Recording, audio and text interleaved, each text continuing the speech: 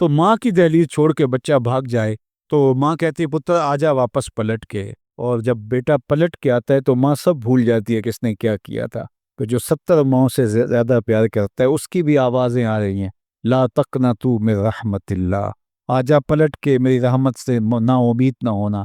میں یہ نہیں دیکھوں گا تو مجرم کتنا بڑا ہے، میں یہ دیکھوں گا تو میری دہلیز سے پلٹ کے آ گیا ہے۔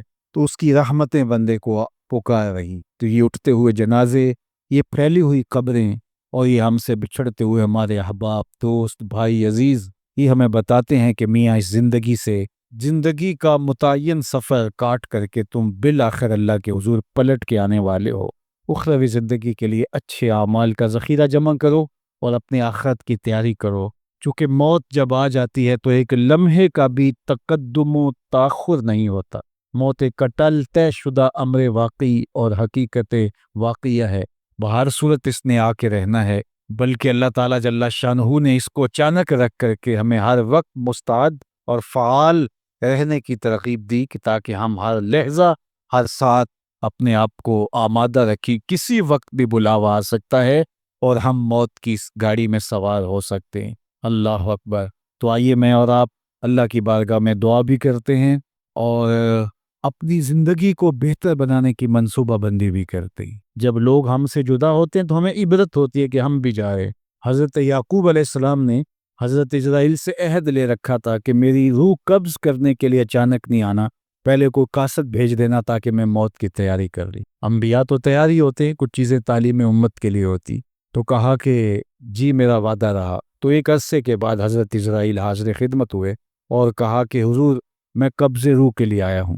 فرمایا تم نے تو وعدہ کیا تھا اچانک نہیں آؤں گا، تم اچانک آ گئے، کوئی قاصد نہیں بھیجا۔ تو کہا حضرت میں نے تو قاصد بھیجے تھے۔ فرمایا میرے پاس تو ایک بھی نہیں آیا۔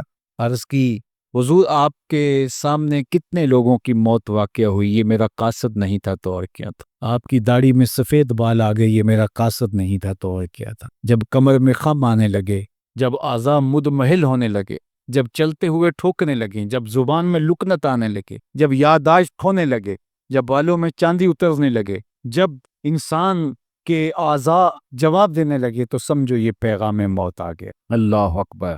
حضرت عمر رضی اللہ تعالیٰ عنہ دربار میں بیٹھے تھے، ایک صاحب آیا اور اس نے کہا کہ یا عمر لا تنسا موتک، عمر اپنی موت کو نہیں بھولنا۔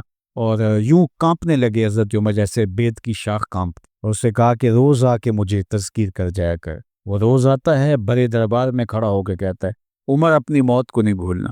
ایک دن آیا، آپ نے اس کو کہا میاں آج کے بعد نہیں آنا۔ کوئی اور شخص آنے لگا، فرمایا نہیں۔ تذکیر موت کی ضرورت نہیں رہی، فرمایا نہیں۔ مجھ سے کوئی گستاخی ہوگی، فرمایا نہیں۔ تو پھر مجھے چھٹی کیوں دی جا رہی ہے؟ تو حضرت عمر روئے اور یوں داڑھی پہ ہاتھ رکھا اور ایک بال الگ کر کے کہا یہ دیکھ میری داڑھی میں سفید بال آ گئے، اب یہ مجھے چین سے نہیں بیٹھنے دے گی۔ ہماری تو پوری داڑھی بھی سفید ہو جائے نا۔ میاں صاحب نے کہا ہڈیاں کھڑکن، ہڈیاں کمبن گوڈے کھڑکن تے اڑ گیا لک تیرا، اجے بھی بدیوں باز نہ آئیں جیو مرد دلیرا، فما اصبرہم علی النار۔ اللہ قرآن میں فرماتا ہے کتنا حوصلہ ہے لوگوں کا آگ پر، کتنی ڈٹائی کے ساتھ کہہ دیتے ہیں یہ جہاں مٹھا ولا کس نے لٹھا۔ قبرستانوں میں جا کے دیکھو کس نے دیکھا ہے آخر والا جہاں۔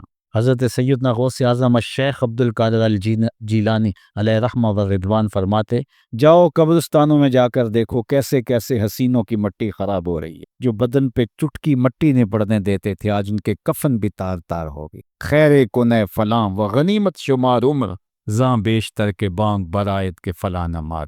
تو نے بھی چلے جانا ہے، یہاں بیٹھ نہیں رہنا۔ یہ اٹھتے ہوئے جنازے تجھے عبرت دیتے ہیں، یہ پھیلی ہوئی قبریں تمہیں بتاتی ہیں کہ میاں تم بھی اسی مٹی کا رزق بننے والے ہو، تم ہی یہی چادر اوڑھ کے سونے والا ہے۔ تم دو لباس کے دو کپڑوں کے اندر، دو سفید چادروں کے اندر ملبو۔ کہاں گئی وہ پوشاکیں، کہاں گئے وہ برانڈ، کہاں گئے وہ تمہارے قیمتی بیڈ، اور کہاں گئے اے سی لگے ماحول سے آراستہ کمرے۔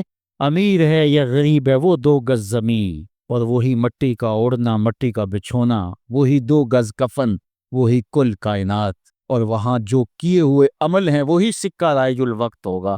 تو قبل اس سے کہ وہ وقت آ جائے اور پھر ہاتھ بلے، فلاں چیخ چیخ کے کہتا تھا مجھے اس کی بات سن لینی چاہیے تھی، فلاں پکار کے کہتا تھا اس کی آواز پہ کان دھرنا چاہیے تھا، فلاں اٹھتا ہوا جنازہ مجھے عبرت دے دیتا، فلاں بندے نے مجھے یہ کہا تھا اس کی بات پہ کاش میں عمل کر لیا ہوتا۔ لیکن اس دن پچھتاوے سے کیا ہوگا؟ آج کا پچھتاوا کل کی بہتری کا ضامن ہو سکتا ہے۔ آج کا پچھتاوا زندگی بدل ہو سکتا ہے، آج کا پچھتاوا توبہ کا سبب و ذریعہ ہو سکتا ہے، آج کا پچھتاوا دل کے میل اتار سکتا ہے، اور کل کا پچھتاوا سوائے حسرت بڑھانے کے، سوائے دکھ بڑھانے کے، سوائے تکلیف میں اضافے کے اور کچھ نہیں ہوگا۔ اس لیے میں اور آپ اپنی زندگی کی منصوبہ بندی کریں۔ مجھے پتہ ہے میں کہاں کھڑا ہوں، اور آپ کو بھی پتہ ہے کہ ہم کہاں کھڑے ہیں۔ آپ مجھے اچھا سمجھتے ہیں، یہ آپ کی مہربانی، لیکن مجھے تو پتہ ہے کہ اچھا ہوں یا نہیں۔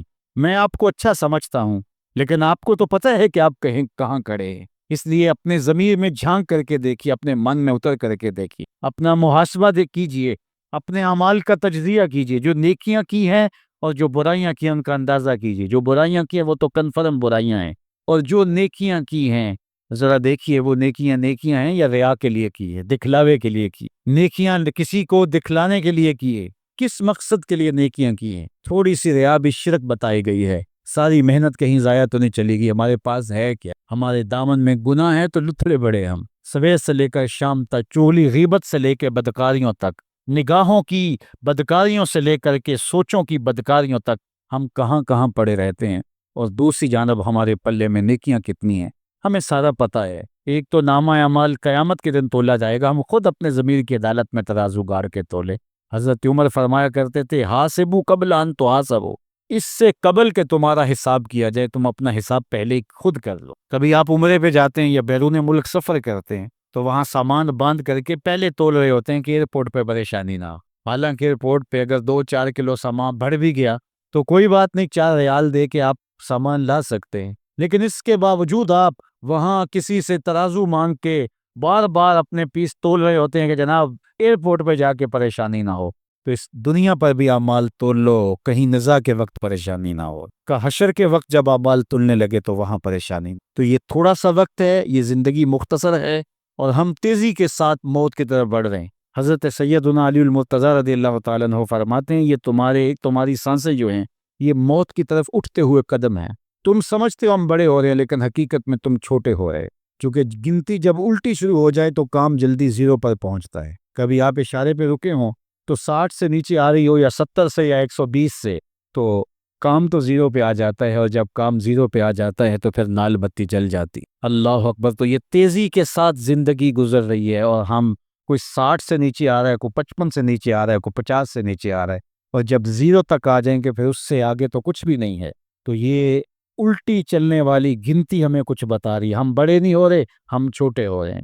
حضرت امام راضی فرماتے ہیں کہ ایک بزرگ تھے، وہ فرماتے ہیں مجھے یہ سمجھ نہیں آتی جو قرآن نے کہا ان الانسان لفی خسر، بے شک انسان خسارے میں ہے۔ تو کہتے ہیں میں ایک دن سمرقند کے بازار سے گزر رہا تھا، اور ایک آدمی پھٹے پہ رکھ کے برف بیچ رہا تھا، اور ساتھ آواز بھی لگا رہا تھا۔ آج کل تو یہ پاپڑ بیچنے والے بھی آواز لگاتے ہیں، تو اس زمانے میں وہ پتھر کی سل پر یا پھٹے پہ برف رکھ کے بیچ رہا تھا، اور ساتھ آواز لگا رہا تھا۔ اور آواز کیا تھی؟ ارحمو ارحمو الا من یذوب راس مالہ، وہ گزرنے والوں میرے پہ ترس کھاؤ، مجھ سے برف لیتے جاؤ، میں ایسا تاجر ہوں جس کا راس المال پگھلتا جا رہا ہے۔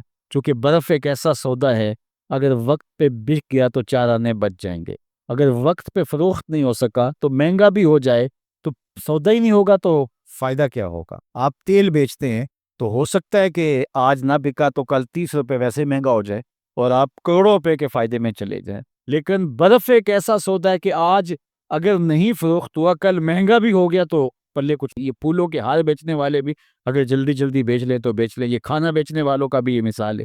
تو وہ برف بیچ رہا تھا اور کہتا لوگوں میرے پہ رحم کرو، مجھ سے برف لیتے جاؤ، میں ایسا تاجر ہوں جس کا راس المال پگھلتا جا رہا ہے۔ تو وہ کہتے ہیں جب اس نے یہ آواز لگائی نا تو میرے قدم ٹھہر گئے، اور میں اس کے قریب گیا اور میں نے کہا مجھے ان الانسان لفی خسر کا ترجمہ سمجھ میں آ گیا۔ جس طرح تیری برف پگھلتی جا رہی ہے میری زندگی پگھلتی جا رہی ہے، تیری برف قطرہ قطرہ پگھل رہی ہے، میری زندگی سانس سانس پگھل رہی، اور اگر تو اب برف بیچ لیتا ہے اس کے بدلے درہم، دینار، پارچہ جات، غلہ جات لے لیتا ہے، تجھے 4 آنے بچ جائیں گے، اور میں بھی زندگی کے بدلے درود پڑھ لیتا ہوں، اس زندگی کے بدلے سجدہ کر دیتا ہوں، دکھی کے کام آ جاتا ہوں، پریشان حال کی مدد کر دیتا ہوں، تو یہ میری سانسیں ورنہ سو کے بھی گزر جائیں گی۔ تو یہ زندگی کٹ رہی ہے اور میں اور آپ لمحہ لمحہ موت کے قریب ہو رہے ہیں، تو قبل اس سے کہ کوئی حجت باقی نہ رہے، مجھے اور آپ کو اپنی آخرت کے لیے اچھے نیک اور صالح اعمال بجا لانے کی کوشش کرنی چاہیے۔ بارگاہ ایزدی میں بصمیم قلب دعا ہے کہ اللہ ہمارے مرحوم بھائی کی مغفرت فرمائے، اور ہمارے بزرگ علامہ صوفی محمد رفیق صاحب رحمۃ اللہ تعالی علیہ کی قبر کو منور کرے، ان کی خدمات دینیہ کو اپنی بارگاہ میں قبول فرمائے۔ انہوں نے زندگی کے شب و روز الہی کلمت الحق کے لیے، اسلام کی سربلندی کے لیے اور خدمت دین بتین کے لیے بسر کیے، اور آج ان کی اولاد اس راہ پہ گامزن ہے۔ اللہ یہ سلسلہ قیامت تک اس نسل میں باقی رکھے۔